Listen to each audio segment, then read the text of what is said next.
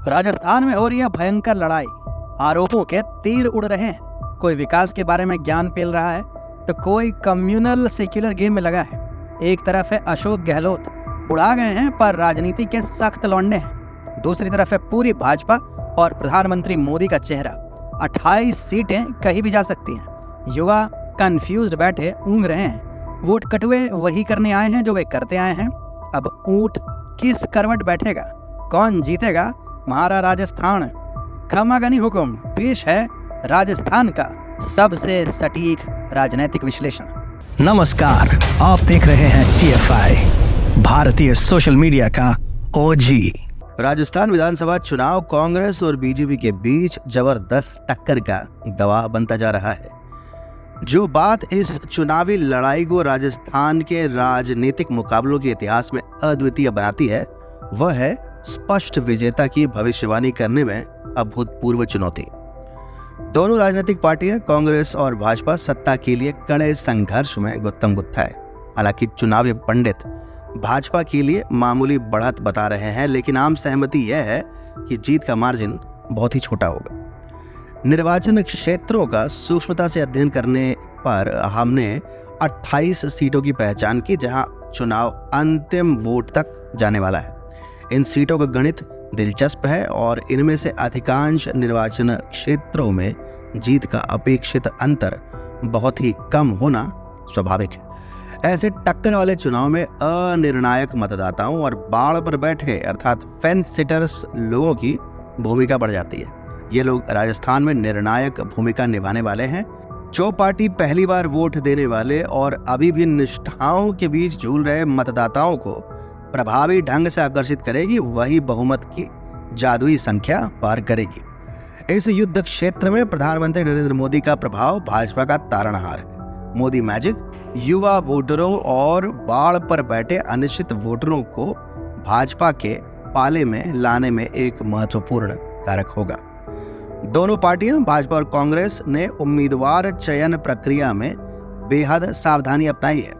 दोनों ने ही अनुभवी उम्मीदवारों को प्राथमिकता देते हुए अपने प्रतिनिधियों के चयन में अत्यंत साहसिक और अपरीक्षित कदम उठाने से परहेज किया है। दोनों पार्टियों ने अपने उम्मीदवारों के चयन में परिचित के साथ साथ नए चेहरों को भी चुना है। परिदृश्य में दिग्गजों और अनुभवी राजनेताओं का दबदबा है। अधिकांश सीटों पर जाने पहचाने चेहरे ही आगे बढ़ रहे हैं। हालांकि कुछ नए लोगों को भी रणनीतिक रूप से मैदान में उतारा गया है। आम आदमी पार्टी, राष्ट्रीय लोकतांत्रिक पार्टी अर्थात RLP, बहुजन समाज पार्टी और असदुद्दीन ओवैसी की AIMIM जैसी छोटी फिर भी महत्वपूर्ण राजनीतिक ताकतों के प्रवेश से चुनावी परिदृश्य और जटिल हो गया है। ये पार्टियां वोट शेयर को विभाजित करेंगी, मुख्य रूप से कांग्रेस के वोट बैंक में सेंध लगाएगी। मुस्लिम मतदाता जो परंपरागत रूप से कांग्रेस के विश्वस्त रहे हैं, इस बार थोड़े से कंफ्यूज्ड है। उनके वोट विभाजित होने की पूरी संभावना है। जबकि कांग्रेस को मुस्लिम मतदाता समूह के 60% से अधिक वोट मिलने की उम्मीद है, वहीं AIMIM को भी एक बड़ा हिस्सा अवश्य मिलेगा। शेष आम आदमी पार्टी, RLP और BSP के बीच बट जाएगा। राजस्थान में कांग्रेस के चुनावी शक्ति का श्रेय अशोक गहलोत को दिया जा सकता है, जो कि एक अनुभवी नेता है जिनका व्यापक कैडर और वफादार वोट आधार है। इसके विपरीत वसुंधरा राजे को दरकिनार किए जाने के बाद से भाजपा के कैंपेन में एक स्थानीय चेहरे का अभाव है। कांग्रेस के भीतर की आंतरिक कलह भी सामने आई है, जिसमें सचिन पायलट गुट कथित तौर पर क्रॉस वोटिंग गतिविधियों में शामिल है, खासकर गहलोत के गढ़ों में। यह पार्टी के आला कमान द्वारा उपेक्षा का परिणाम है, जो संभावित रूप से कांग्रेस के लिए चुनावी अंकगणित को खराब कर सकता है। कलह के बावजूद कांग्रेस पार्टी का यह विश्वास है कि जनता दोबारा गहलोत सरकार को लाने के पक्ष में है। राजस्थान विधानसभा चुनावों की पृष्ठभूमि में नरेश अरोड़ा, जिन्हें निशु अरोड़ा के नाम से भी जाना जाता है, वे कांग्रेस अभियान के लिए एक महत्वपूर्ण वास्तुकार के रूप में उभरे हैं। डिजाइन बॉक्स कंपनी के मालिक के रूप में अरोड़ा पार्टी के साथ लंबे समय से जुड़े हैं। उन्हें चुनावी रणनीतियों और केंद्रीय मुद्दों को तैयार करने में पूरी छूट और स्वतंत्रता दी गई है। 8 महीने पहले राजस्थान की बागडोर संभालने के बाद से वह अपनी सोच के मुताबिक पार्टी की दिशा तय कर रहे हैं। प्रचार क्षेत्र में अरोड़ा के शुरुआती जोर ने अभिनव मुद्रास्फीति राहत शिविर पहल के माध्यम से मुख्यमंत्री गहलोत की प्रोफाइल को बढ़ाया और सत्ता विरोधी लहर का सफलतापूर्वक मुकाबला भी किया। इस अभियान ने कांग्रेस के चेहरे के रूप में गहलोत की स्थिति को मजबूत किया और उन्हें राज्य में पार्टी के पोस्टर बॉय के रूप में स्थापित भी किया। आंतरिक कलह की सुगबुगाहट के बावजूद अभियान के दूसरे चरण में अरोड़ा की कुशलता स्पष्ट दिखाई दी। उन्होंने एक राज्यव्यापी पोस्टर कार्यक्रम आयोजित किया, जिससे यह सुनिश्चित हुआ कांग्रेस के प्रतीकात्मक पंजे के साथ साथ पार्टी अध्यक्ष गोविंद सिंह डोटासरा को प्रमुखता से दिखाया जाए, जिससे संगठनात्मक उथल पुथल के बीच एकजुट पार्टी की छवि को बढ़ावा मिले। इस प्रकार अरोड़ा के सामरिक इनपुट ने पार्टी की कहानी को आकार देने और उसकी चुनावी अपील को मजबूत करने में महत्वपूर्ण भूमिका निभाई है। कांग्रेस पार्टी ने सरकारी कर्मचारियों, गरीबों और मध्यम वर्ग के साथ जुड़ने की कोशिश में शहरी और ग्रामीण दोनों जनसांख्यिकी को लक्षित करते हुए लोक लुभावन योजनाओं की एक पूरी श्रृंखला शुरू की है।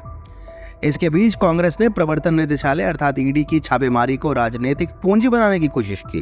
कांग्रेस के अनुसार राजस्थान के राजनेताओं, व्यापारिक दिग्गजों और अधिकारियों के खिलाफ ईडी की जांच उसके पक्ष में काम कर सकती है। इन कार्रवाइयों को राजनीति से प्रेरित बताया जा रहा है कांग्रेस के द्वारा। इसके विपरीत भाजपा ने उसी ईडी के छापे के कारण भ्रष्टाचार के मुद्दे को अपने एजेंडे में कुशलतापूर्वक शामिल कर लिया है और एक ऐसी कहानी बुनी है जो उसके भ्रष्टाचार विरोधी रुख के अनुरूप है।